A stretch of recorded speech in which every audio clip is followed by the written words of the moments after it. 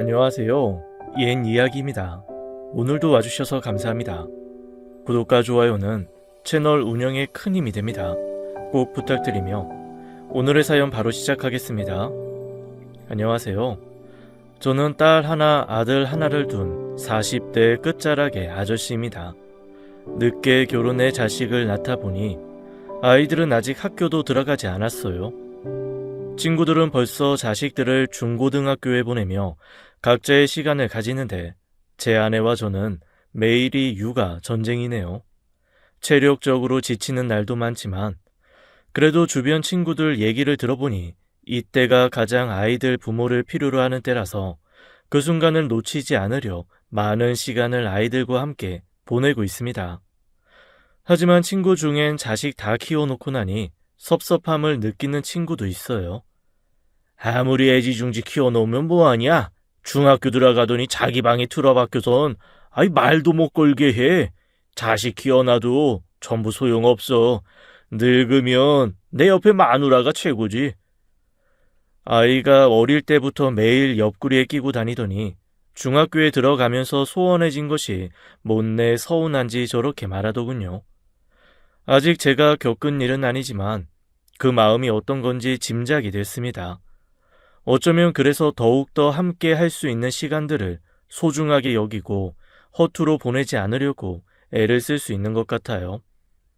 며칠 전엔 아내와 저도 처음으로 아이들을 데리고 차박이라는 걸 해봤습니다.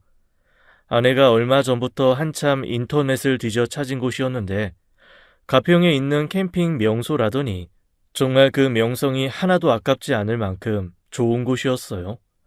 경치가 좋고 캠핑족을 위한 부대 시설도 잘 갖춰져 있어서 즐겁게 놀다가 뒷마무리까지 깨끗이 하고 다시 집으로 돌아왔습니다.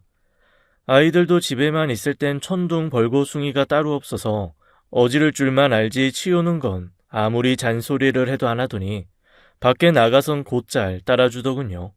앞으로는 종종 이런 시간을 가지며 내 자식들에게 좋은 곳도 많이 보여주고 또 학교에서 배우는 교과서보다 더욱 값진 것들을 경험하게 해주고 싶네요. 캠핑에서 돌아온 저녁엔 피곤해하는 아이들을 일찍 재우고 아내와 맥주 한잔하며 이런저런 이야기를 나눴습니다. 요새 애들 보고 있으면 후회되는 게 참 많아. 그래? 난 그래도 우리가 나름대로 부모 노릇 잘하고 있다고 생각했는데 내가 너무 나 편할 대로 생각하는 건가? 아니, 그런 뜻이 아니고 좀 더 빨리 결혼해서 자식을 낳을 거라는 후회가 되네.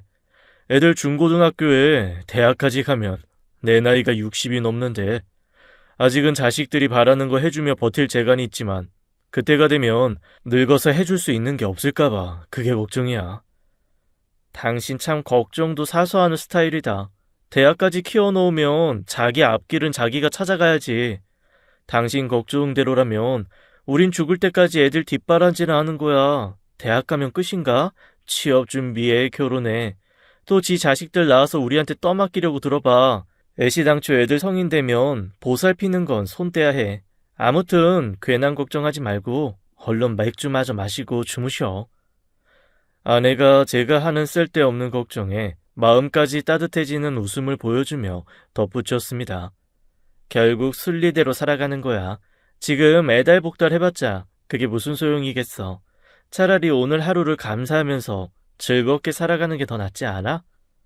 저 또한 결국 순리대로 살아간다는 걸 모르는 건 아니지만 제가 자라며 놓쳤던 많은 것들을 제 자식들은 전부 누리길 바라는 마음에 더 안절부절하는 것 같았습니다. 저는 어릴 적 부모님의 이혼으로 할머니들 손에서 자랐어요. 제가 할머니들이라고 하는 이유는 저에겐 2명의 할머니가 계시기 때문입니다. 한 분은 할아버지의 본처인 큰 할머니이고 다른 한 분은 아버지를 낳아주신 작은 할머니예요. 큰 할머니가 결혼하고 10년이 되도록 아들을 못 낳자 할머니들의 시어머니, 그러니까 저에겐 증조 할머니가 되는 분께서 작은 할머니를 드렸다고 해요. 작은 할머니가 들어오고도 한참을 아들을 못 낳자 셋째 며느리까지 드리려고 했는데 마침 작은 할머니가 아버지를 임신하셨다고 합니다. 그 덕에 할아버지께서 셋째 마누라까지 얻는 일은 없게 되셨죠. 큰할머니는 종종 그 시절을 떠올리며 고개를 내젓곤 하셨습니다.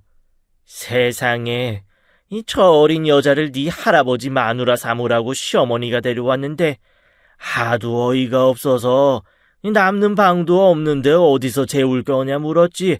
아이 그랬더니 날 보고 셋이 한 방에 같이 자라고 하지 않겠냐.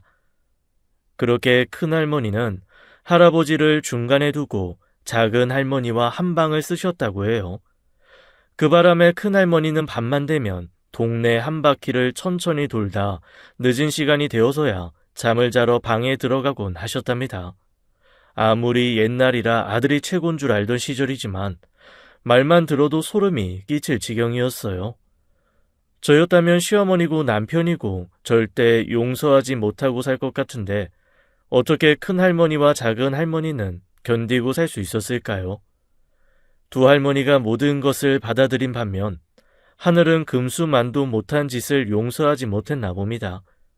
아들이라면 못할 짓이라고는 없을 것 같던 증조 할머니와 할아버지는 결국 제 아버지가 태어나는 걸 보시기도 전에 사고로 함께 돌아가시고 말았어요. 그 후에 큰할머니와 작은 할머니는 40년의 세월을 두 분이서 함께 사시며 아버지를 키우셨습니다. 어머니가 둘이라는 건 어떤 삶이었을까요? 사실 저는 한 분의 어머니도 계시지 않았으니 아버지의 삶을 완전히 이해할 수 없어요. 하지만 오로지 아버지만 바라보고 사시는 두 어머니가 아버지에겐 어쩌면 독이 되었을지도 모르겠네요. 제가 이렇게 말하는 이유는 하나입니다. 중학교 졸업을 앞둔 어느 날이었어요. 제가 다니는 학교로 난생 처음 보는 아줌마가 저를 찾아오셨습니다. 한참 7교시 수업을 앞두고 청소 시간이었어요. 정우가, 담임이 너 교무실로 오래. 나? 왜? 아이 몰라. 담탱이 옆에 아줌마 있던데 너희 엄마 오신 거 아니야? 이미 말씀드렸듯 저는 어릴 때 부모님이 이혼하셔서 엄마 없이 자랐어요. 하지만 진짜 친한 친구들을 제외하곤 그 사실을 아무도 몰랐기에 절 부르러 온 같은 반 친구는 교무실에 있는 아줌마가 저희 엄마라고 생각한 것 같아요. 학교를 다니는 내내 한 번도 누군가 절 찾아온 일이 없었기에 저는 의아해하며 교무실로 갔습니다. 교무실에 담임 선생님과 함께 있는 아줌마는 본 적 없는 사람이었어요. 정우가, 아주머니께서 너랑 할 이야기가 있다고 하셔. 오늘은 저녁 수업 듣지 말고 아주머니랑 천천히 이야기 나누라. 평소에 호랑이 선생님으로 수업이나 자율학습을 빠지면 얄짤 없이 혼을 내던 담임이었기에 그 상황이 더욱 이해가지 않았습니다. 그래도 공식적으로 야간 수업도 빼먹을 수 있고 또 그 아줌마가 맛있는 고기도 사준다고 하니 저는 가방을 챙겨 아줌마를 따라 나섰어요. 사실 제 마음 깊은 곳에선 이 아줌마가 우리 엄마를 알 수도 있겠구나 하는 생각도 했어요. 더 솔직히 말하자면 우리 엄마가 날 찾아온 거면 좋겠다는 생각도 했습니다. 제가 3살쯤 되었을 때 부모님이 이혼하셔서 저에겐 어릴 적 엄마에 대한 기억은 없었어요. 그래서 어렸을 때 엄마 얘기를 할머니들과 아버지께 자주 묻곤 했습니다. 큰할머니는 엄마를 기억하실 때 망할 년, 남편 귀한 줄 모르는 년으로 기억하셨고 작은 할머니와 아버지는 기억이 잘 안 난다고만 하셨어요. 글쎄다, 아이 같이 살기만 했지 각자 사는 게 바빠서 그렇게 잘 알지는 못해. 저는 할머니들과 아버지의 영향으로 엄마에 대한 그리움과 미움을 함께 가지고 자랐어요. 그래서 그날 저를 찾아온 아줌마의 따뜻한 눈빛에 제 엄마이길 바라면서도 한편으론 이렇게 나를 따뜻하게 바라보는 사람이 엄마일 리 없다는 생각도 했어요. 뭐 결론만 말씀드리면 어머니가 맞았습니다. 엄마 원망 많이 하면서 자랐지. 항상 미안하게 생각하고 있었어. 네가 더 잘하면 날 이해할 수 있을지도 모르겠다. 그날 엄마는 그동안 제가 몰랐던 할머니들과 아버지에 대한 이야기를 해주셨어요. 결혼 얘기가 나올 때까지만 해도 네 아버지 사정이 어떻게 되는지 꿈에도 생각 못하고 살았단다.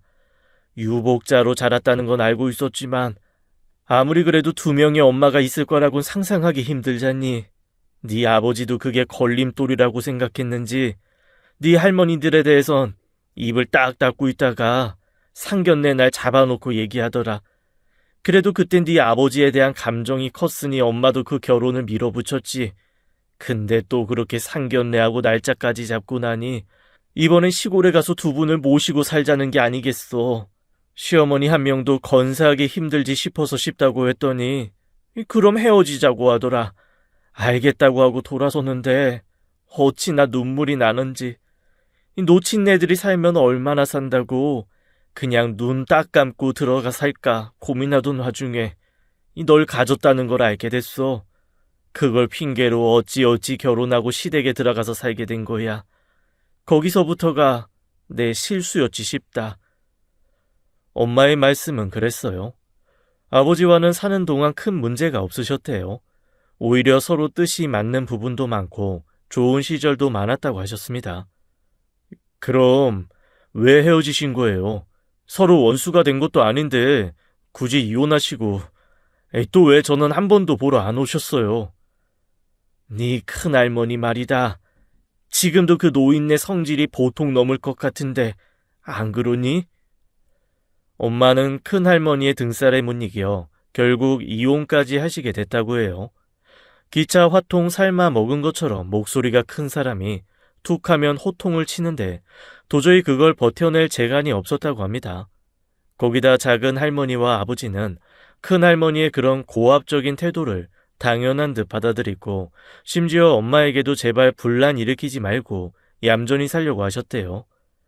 내가 별난 건지 몰라도 도저히 네 큰할머니를 이해 못하겠더라. 한 번은 네 아버지랑 내가 싸운 적도 있단다. 너한테 구구절절 설명할 순 없지만 살다 보면 별것 아닌 일로 싸우기도 하고 그러기 마련이야. 그날 아버지와 엄마의 싸움도 그리 큰 일은 아니었대요. 평소에 아버지가 워낙 표현도 없으시고 유유자적하시는 편이라 답답한 마음에 한 소리를 하셨다더군요. 어찌된 양반이 매일 그렇게 속이 편한지 모르겠네. 농사 짓고 살자고 날 데려왔으면 하다못해 밤매는 신용이라도 좀 하라고 한 소리 했지. 매번 어머니들이랑 나한테 떠넘기고 혼자 선비처럼 살 요량이라고 했더니 네 큰할머니가 먹고 있는 숭늉 그릇을 나한테 냅다 던지는 게 아니겠냐. 그러면서 남편 알기를 그렇게 우습게 알고 살 거면 당장 갈라서라고 소리소리 치시더라. 엄마가 못 참고 냅다 이혼하겠다고 대들었더니 정욱이 널 다시는 볼 생각하지 말라고 하시곤 그 길로 밭으로 가셔서 내가 짐 싸서 나갈 때까지 며칠을 집에 안 들어오시더라고. 네 작은 할머니랑 아버지가 날 보고 하도 한 번만 숙이고 가라고 성화를 부려서 죄송하다 말하러 나갔었는데 큰할머니 기세가 워낙 완강해서 그냥 돌아섰단다. 물론 엄마는 그날 있었던 일만으로 이혼을 결심한 건 아니라고 하셨어요. 아버지는 집안에 틀어박혀 책만 읽는 선비 중에서도 으뜸 가는 선비였다고 합니다. 엄마는 큰할머니 등살에 뼈에 가죽밖에 남지 않을 만큼 살이 빠졌는데 안 그래도 하얀 피부를 가진 아버지는 더욱 뽀얗게 살결이 살아나더래요. 그래서 억울한 마음에 10년이 넘는 세월을 자식이고 뭐고 모른 채 살아왔다고 하셨습니다. 이 집 와서 연락하는 게 너한테 잘하는 짓인지 고민이 많았다. 어떤 날엔 네가 나한테 돌을 던지고 욕을 하는 꿈을 꾸기도 했었어. 그런 꿈을 꾸고 난 후엔 더욱 용기가 안 나서 울기도 많이 울었단다. 미안하다 정우가. 그 세월을 어찌 보상할 수 있겠냐만 이제라도 부모 자식 간의 정을 쌓으며 살고 싶은 이 어미 마음을 이해해 줄 수 있겠니? 엄마는 말을 미처 끝내기도 전에 눈물을 흘리시며 겨우 말씀을 이어가셨어요. 그때 제 마음을 한마디로 표현할 수는 없지만 그래도 행복하다는 생각이 컸던 건 사실이에요. 하지만 그렇다고 일순간에 이분이 내 엄마구나 라는 생각이 들었던 것도 아닙니다. 참 묘한 기분이었어요. 엄마를 만나는 상상을 가끔 했었는데 상상 속에선 만나자마자 한눈에 알아보고 또 주체할 수 없을 만큼 눈물이 흐르는 그런 그림을 그렸었죠. 마치 영화나 드라마에서 볼 수 있는 감동적인 장면이요. 심지어 혼자서 얼마나 심취했는지 그런 상상을 할 때면 몰래 눈물을 흘리기도 했습니다. 하지만 현실은 그렇지 않았어요. 실제로 제가 엄마에게 느낀 감정은 좋은 이웃을 만난 것 같은 기분이었어요. 따뜻하고 즐겁고 또 만나고 싶은 그런 이웃을 만난 것 같았죠. 그리고 만약 다시 볼 수 없다고 해도 잊고 살아가는 그런 이웃이요. 그날의 만남을 뒤로하고 집으로 갔습니다. 그런데 집으로 돌아오니 큰할머니가 어찌 알았는지 난리가 난 거예요. 이 짐승 새끼도 키워주는 애는 저버리지 않는다. 그런데 네가 어떻게 그럴 수 있냔 말이야? 큰할머니는 제가 키워준 은혜도 모르고 엄마를 찾는다고 한바탕 호통을 치셨어요. 그런데 사람의 마음이라는 게 어찌나 간사한지 그 끝을 알 수 없을 것 같았습니다. 사실 저는 엄마에게 딱히 따로 만나고 싶진 않다고 말하고 온 참이었어요. 가슴 저 아래쪽에서부터 제가 엄마를 몰래 만나는 것이 절 키워준 할머니들에게 못할 짓이라는 생각이 들었기 때문이죠. 그런데 제 사정도 모르고 저렇게 호통을 치시는 그 바람에 제 마음속엔 순식간에 큰할머니에 대한 반감이 생겼어요. 엄마가 날 버린 것도 아니고 할머니 때문에 전부 이렇게 된 거잖아요. 할머니만 아니었으면 아버지랑 엄마 그리고 작은 할머니까지 여태 다 같이 살 수 있었어요. 할머니가 아버지를 낳은 것도 아니면서 왜 그렇게 이래라 저래라 하시는 거예요? 결국 저는 해서는 안 될 말까지 전부 쏟아내고 말았어요. 언제나 고집센 독불 장군이었던 큰할머니도 제 말이 상처가 되었는지 더는 아무 말씀 안 하시더군요. 그리고 며칠을 큰할머니 얼굴을 제대로 볼 수 없었습니다. 제 마음에 캥기는 게 있어 할머니를 피한 것도 있지만 할머니께서도 제가 일어나기 훨씬 전에 밭으로 일을 가셨다. 제가 잠든 후에야 집으로 돌아오셨기 때문이에요. 하지만 큰할머니는 얼마 지나지 않아서 평소같이 저를 대해주셨습니다. 저에겐 필요한 것들을 하나하나 손수 챙겨주시고 또 잔소리도 하시고요. 하지만 저는 그런 큰할머니를 받아들일 수 없었어요. 사춘기가 시작된 건지 그때부터 큰할머니에 대한 미움이 점점 커져갔습니다. 감정의 골이 깊어질수록 엄마를 잃게 된 것이 큰할머니의 잘못 같았고 나중엔 작은 할머니와 아버지에게도 그 책임이 있다 생각되어 두 분께도 나를 세워 대했어요. 그렇게 중학교를 졸업하고 고등학교를 다니는 3년 동안도 그 골은 채워지지 않고 오히려 더욱 깊어졌습니다. 나중엔 할머니들과 아버지 앞에선 꿀 먹은 벙어리처럼 입을 닫아버렸어요. 심지어 고3이 되었을 땐 담임선생님이 진학 상담을 위해 아버지를 학교로 오시라고 했는데 그것도 전하지 않고 혼자서 결정했어요. 나중에 아버지께서 그 사실을 알게 되셔서 무척이나 화를 내셨습니다. 대학을 가고 안 가고가 중요한 게 아니야. 이 네 인생의 첫 결정인데 최소한 가족들에게 얘기는 할 수 있었잖냐. 이 가족 생각은 요만큼도 안 하는 거야. 하지만 여전히 사춘기를 앓고 있던 저는 아버지의 말씀에 바로 대들었어요.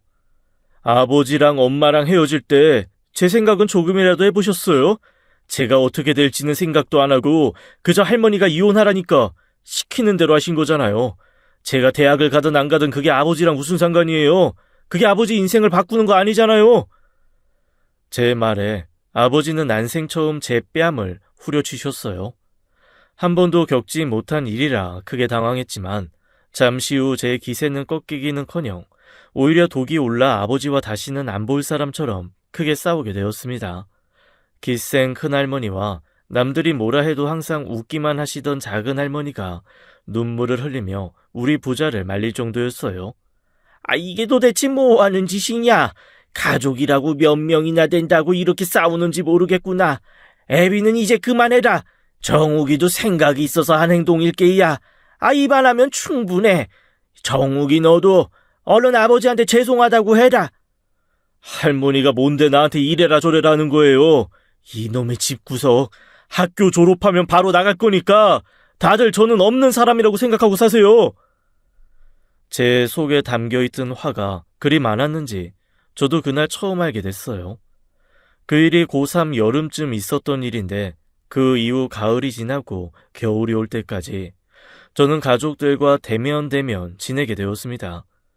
그리고 학교를 졸업하고 군대를 가게 되었어요.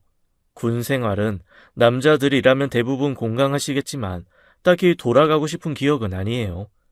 하지만 무척이나 좋았던 점도 있었습니다. 처음엔 정말 죽을 맛이었어요. 매일 선임들 눈치 보느라 우둔했던 제 성격도 눈치 백단으로 바뀌며 천천히 적응해 갔어요. 그래도 시간이 흘러 계급이 올라가니 조금씩 숨통이 트이기 시작했습니다. 그러다 군대 후임 중 한 명과 친하게 되었어요. 대학교에서 사진을 전공하는 친구였는데 동갑이라 제대 후엔 말도 놓고 친하게 지냈어요. 그 친구를 통해서 저는 처음으로 사진의 매력을 알게 되었습니다. 사진이라면 찍는 것도 찍히는 것도 관심 없던 저였는데 친구를 따라 출사라는 걸 한번 나가본 후에 저 또한 카메라의 매력에 완전히 빠지게 된 거죠. 사실 그때까지 저는 인생의 목표랄 것도 없고 딱히 꿈도 없었어요. 그런데 난생 처음으로 하고 싶은 일이 배우고 싶은 일이 생긴 거였어요. 처음엔 독학으로 사진을 배울까 싶어 이것저것 알아보기도 했습니다. 그런데 카메라의 렌즈에 장비만 해도 엄청나게 돈이 들더라고요. 또 그뿐 아니라 취미가 아니라 나중에 직업으로 삼겠다고 하면 하나부터 열까지 차근차근 배워나가야 한다는 걸 알게 되었습니다. 하지만 당장에 군 제대하고 배달 아르바이트로 겨우 생계를 유지하는데 사진을 배운다는 게 가당키 나겠습니까?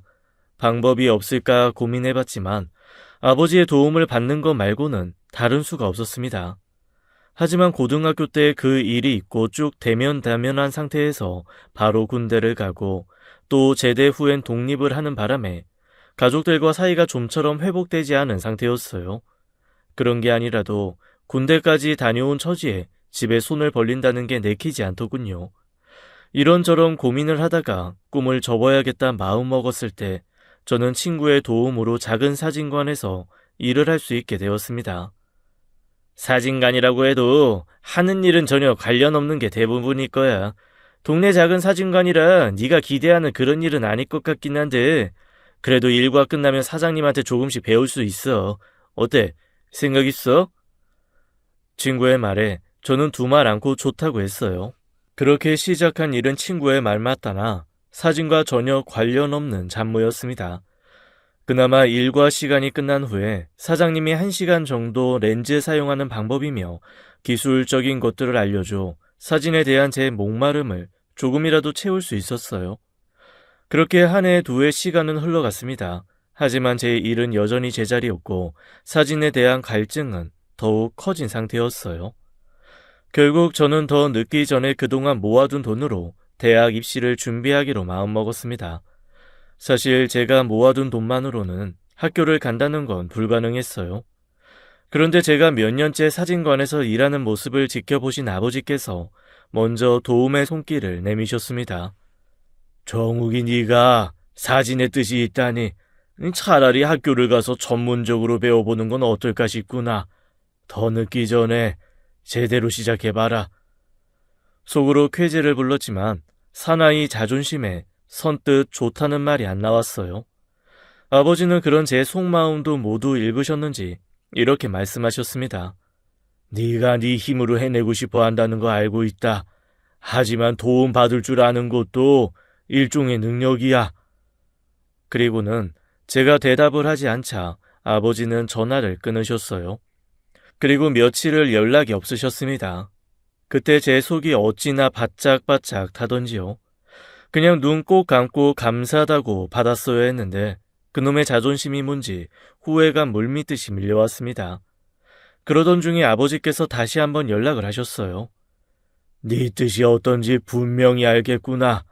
이번엔 내가 부탁이 있어서 연락했다. 네 할머니들도 연세가 많으신데 이 조금이라도 더 고우실 때 사진을 준비해두는 게 맞지 싶구나. 그런 거라면 저보다는 사진관에서 찍는 게 더 나을 것 같아요. 저희 사장님한테 말씀드려 놓을 테니까 시간 맞춰서 두 분 모시고 오세요. 아니다. 이 사진관에서 벽 두고 찍을 거면 동네 사진관에서도 충분하지. 아버지 생각엔 좋은 데서 예쁘게 차려입고 찍은 사진이 더 좋을 것 같구나. 아버지는 제게 할머니들의 사진을 찍어달라고 부탁하셨어요. 그리고 그 사진을 본 후에 제게 투자를 하고 싶다고 하셨습니다. 네가 예쁜 사진을 많이 찍어오면 내가 너한테 투자를 하는 게 어떻겠냐. 대신 네 실력이 부족하다 여기면 나도 투자할 마음은 없다. 이 정도면 네 뜻과도 어긋날 게 없다고 생각하는데 네 생각은 어떠냐? 아버지의 제안 자체는 마음에 쏙 들었지만 할머니들과 어디 교회로 나가서 하루를 보내야 한다는 게 영 불편하게 느껴졌어요. 어릴 때의 미운 마음이 남아서는 아니지만 자란 세월만큼 멀어진 것이 그 까닭이겠죠. 하지만 한편으론 인물 사진을 찍어볼 기회라는 생각도 들었습니다. 한참 고민 후 여러 가지 제 계산으론 해볼만 하다 싶어 아버지께 알겠다고 대답하였어요. 그리고 바로 날을 잡아 휴일 하루 집으로 내려갔습니다. 어차피 아버지가 운전해주는 차를 타고 가서 편하게 사진만 찍고 오면 되겠다 여겼는데 웬걸요? 아버지께서 차 키를 저에게 주시는 겁니다. 너랑 할머니들만 가는 거다. 아버지는 할 일이 많아서 같이 못 가. 당황스러운 마음에 텐마루에 앉아 계신 할머니들을 보았어요. 오랜만에 외출이라고 10년은 더 묵혀둔 꽃무늬 블라우스를 입고 한껏 치장을 하셨더라고요. 햇빛에 그을려 새까매진 피부에 누렇고 파란 꽃이 그려진 블라우스를 입은 모습이 참 안 어울리더군요. 그런데 그 풍경이 제 마음을 할머니들과의 외출로 잡아 끌었습니다. 텐마루에 대롱대롱 매달린 할머니들의 발끝에서도 이번 외출에 들떠 있다는 것이 느껴졌거든요. 알았어요, 아버지. 그럼 여기서 멀지 않은 데로 다녀올게요. 그걸 깜빡할 뻔했구나. 여기 주소 있으니까 이리로 가거라. 하루 숙박도 잡아뒀다. 아버지가 주신 쪽지에는 삐뚤빼뚤한 글자로 주소가 적혀 있었어요. 요새라면 1시간 좀 넘게 걸리는 거리인데 그 당시 도로 사정으로는 꽤나 멀찍이 떨어진 곳이었습니다. 아버지, 여기 가려면 한나절이에요. 너무 멀어요. 그래서 숙박도 잡아놨다 하지 않냐? 할머니들 모시고 오랜만에 나가는 거니까 좋은 데 가서 고운 사진 많이 찍어 와라. 아무래도 할머니 중 한 분이 쓴 글자 같은데 작은 할머니는 글을 모르시니 큰 할머니가 적어둔 주소겠죠. 그 순간 또다시 큰할머니 소나기의 집안이 들썩인다는 생각이 들어 기분이 썩 좋지 않았습니다. 그렇게 시작부터 삐걱거린 여행은 가는 내내 문제를 달고 다녔어요. 주로 문제거리는 큰할머니가 만드셨죠. 안 그래도 목소리가 큰 양반이라 그냥 하는 말도 귀청이 따가운데 사서건건 뭐가 그리 불만인지 모르겠더군요. 특히나 작은 할머니를 대하는 태도를 보고 있자면 화가 치밀어 올랐습니다. 3살 배기 어린애한테도 그러지는 않을 것 같았어요. 어릴 때에도 생각했었지만 작은 할머니가 심성이 고운 분이라 웃고 넘어가지만 웬만큼 고약한 성격이라면 애당초 사단이 나도 크게 났을 겁니다. 어떤 일이 있었냐면 휴게소에 들렸을 때였어요. 할머니들 가볍게 드실 간식이나 물을 사러 가려는데 큰할머니가 작은 할머니에게 화장실을 다녀오라고 퇴근을 하는 겁니다. 변소 다녀왔어. 형님, 나 오줌 안 마려워요. 출발하고서 변소 간다고 설치지 말고 시간 있을 때 얼른 다녀와. 작은 할머니가 몇 번이고 오줌이 마렵지 않다고 하는데도 큰할머니는 막무가내였어요. 변소 가고 싶다고 말만 해봐. 아주 홍군형을 내줄 테니까 알아서 해. 끝끝내 작은 할머니가 화장실을 들리지 않자 큰할머니는 온 동네 사람들이 다 들으라는 큰 소리로 호통을 치셨습니다. 그런데 차가 출발하고 10분 정도 지났을까요? 뒷좌석에서 끙끙 앓는 소리가 들리는 거예요. 룸밀러 뒤를 보니 작은 할머니의 표정이 울상이 되어선 끙끙 앓고 계신 겁니다. 작은 할머니, 어디 불편하세요? 하지만 작은 할머니는 대답은 않고 큰할머니 눈치만 살피셨어요. 가만 보니 화장실이 가고 싶어 그러시는 것 같았습니다. 저는 할머니에게 다음 휴게소까지만 참으라고 말하곤 속도를 내서 달렸습니다. 큰할머니는 옆 좌석에 앉은 작은 할머니가 앓던가 말던가 들은 채도 안 하셨죠. 그러다 화장실이 꽤나 급하신지 작은 할머니의 앓는 소리가 좀 더 빨라지자 큰할머니가 큰 소리를 내기 시작하셨어요. 아이고, 밀어나, 밀어나. 이럴 줄 알고 내가 미리 편서 다녀오라고 몇 번이나 말했어. 내가 속이 터진다. 다음 휴게소는 얼마나 가야 나오냐? 이 할망구 방광 터지 같다. 아예 아무데나 숲 있는데 좀 세워봐라. 결국 산 안에 차를 세우고 작은 할머니는 큰 할머니의 구박을 받으며 함께 산으로 가서 일을 해결하고 오셨어요. 큰 할머니의 답답한 마음을 영 모르는 건 아니지만 생리 현상이 마음대로 되는 게 아닌데 너무하다 싶었습니다. 그때 제 생각엔 사람이 저렇게 막무가내라 남편 사랑도 못 받는 게 아닌가 싶었습니다. 왜냐하면 할아버지는 사고로 숨이 넘어가는 순간에도 20년의 세월을 함께한 큰할머니 걱정을 하지 않고 겨우 2년 살 맞대고 산 작은 할머니 걱정을 그렇게 하셨대요. 뭐 바꿔 생각하면 큰할머니의 팔자가 참 고단하긴 하네요. 어쨌든 할머니들과 저의 여행의 첫 번째 고비를 무사히 넘기고 목적지에 도착할 수 있었습니다.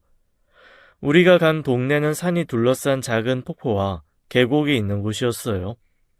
흔히 볼 수 있는 시골 동네지만 감춰진 계곡이 무척 아름다워서 카메라 렌즈를 갖다 대는 곳은 전부 작품이 될 정도였어요. 출발할 때만 해도 할머니들을 모시고 멀리까지 나간다는 게 영 내키지 않았지만 막상 도착해서는 할머니들보다 제가 더 들떠서 분주하게 움직였습니다. 아이, 큰할머니, 저기 철쭉 앞에 서보세요. 제가 이런저런 포즈를 요구하면 큰할머니는 어색한 모습이지만 그래도 즐겁게 모델 일을 해주셨어요. 하지만 작은 할머니는 수줍어서인지 사진 찍는 게 무척 어색해 보였습니다. 아이고, 이것 좀 해봐라, 이 여자야. 큰할머니는 작은 할머니가 답답한지 연신 잔소리를 해댔어요. 평소에 작은 할머니 같으면 큰할머니의 말에 웃으며 장단 맞추고 또 엉뚱한 소리로 가족들을 즐겁게 해주시는 분이었는데 그날은 입을 꼭 다문 채 기분이 영 좋지 않은 것 같았어요. 아무래도 오는 길에 화장실 가는 걸로 큰할머니가 하도 타박을 해서 마음이 상했구나 싶은 생각이 들었어요. 저는 기회에 되는 대로 작은 할머니 마음을 풀어드려야겠다 생각했습니다. 하지만 우선은 사진을 찍는 게 먼저였어요.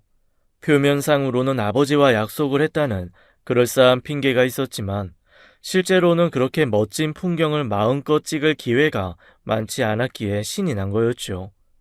그런데 얼마나 셔터를 눌러댄 후였을까요?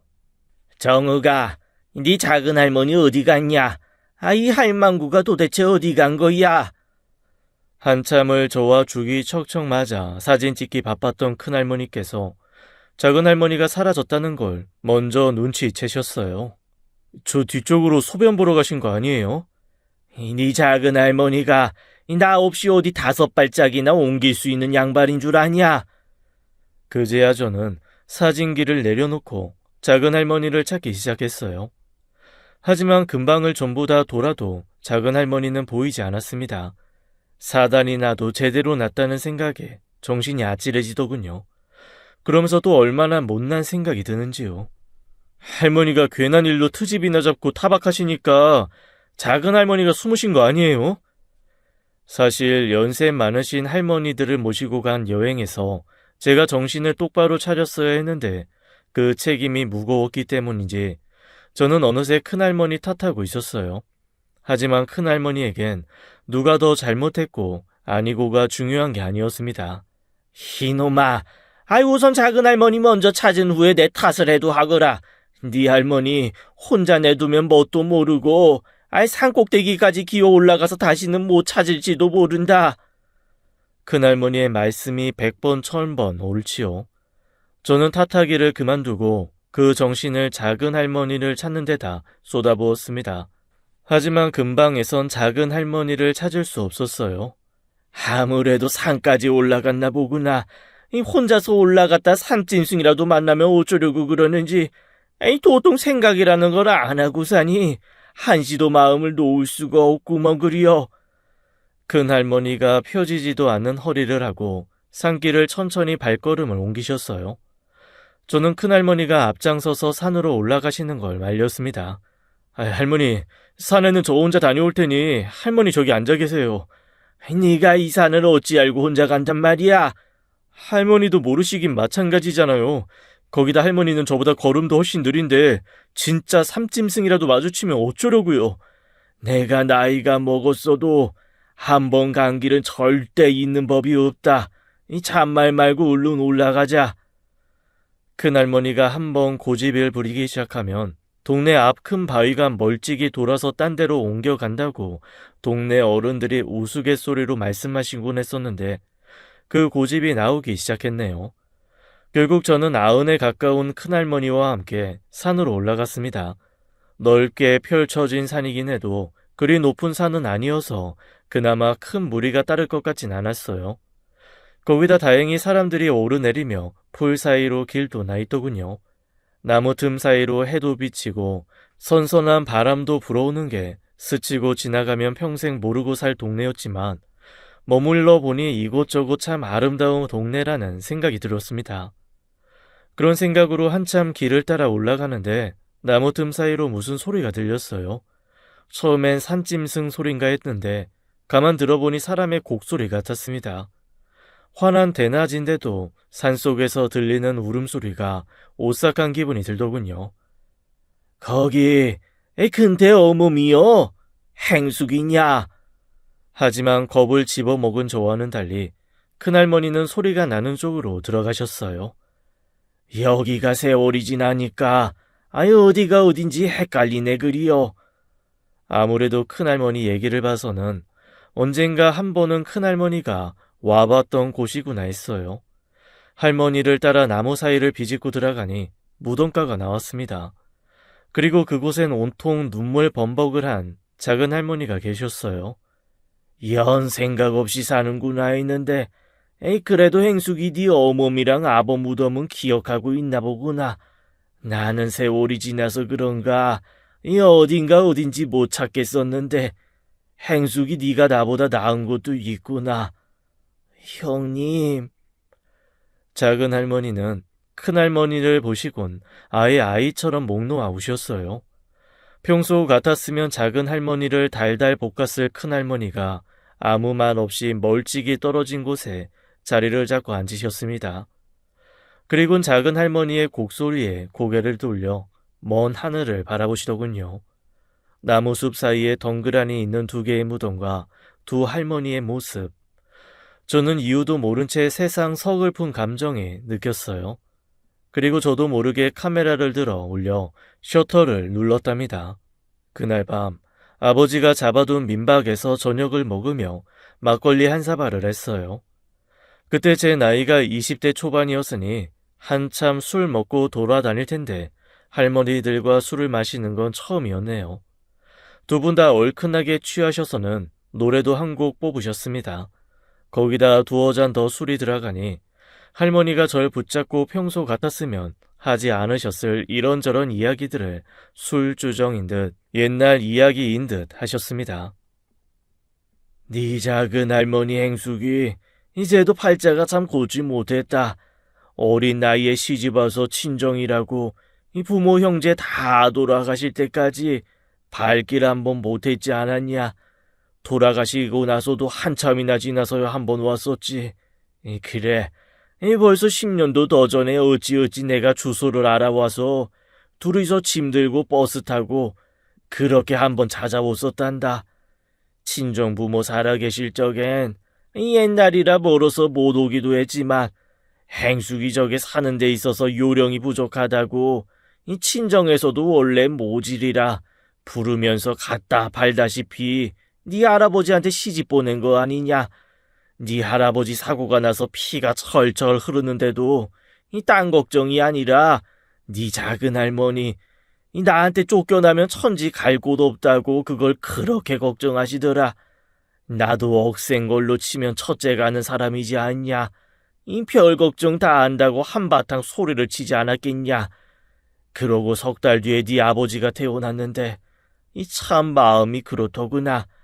내가 정신을 똑바로 차려야 어떻게든 산다는 생각이 들지 뭐냐. 에이응, 내가 술이 오르나 보다. 별소리를 다 나오는구나. 얼른 자리 비우고 자자. 내일 또 운전해서 가려면 한 세월이다.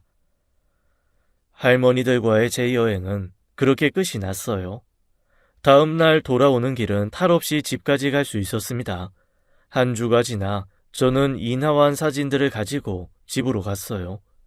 아버지와 할머니들과 함께 사진을 보며 이런저런 이야기를 하는데 그게 뭐 별거라고, 아주 오랜만에 가족들이 다시 옛날로 돌아가 가까워진 기분을 느낄 수 있었습니다. 그리고 아마 그때부터였겠죠.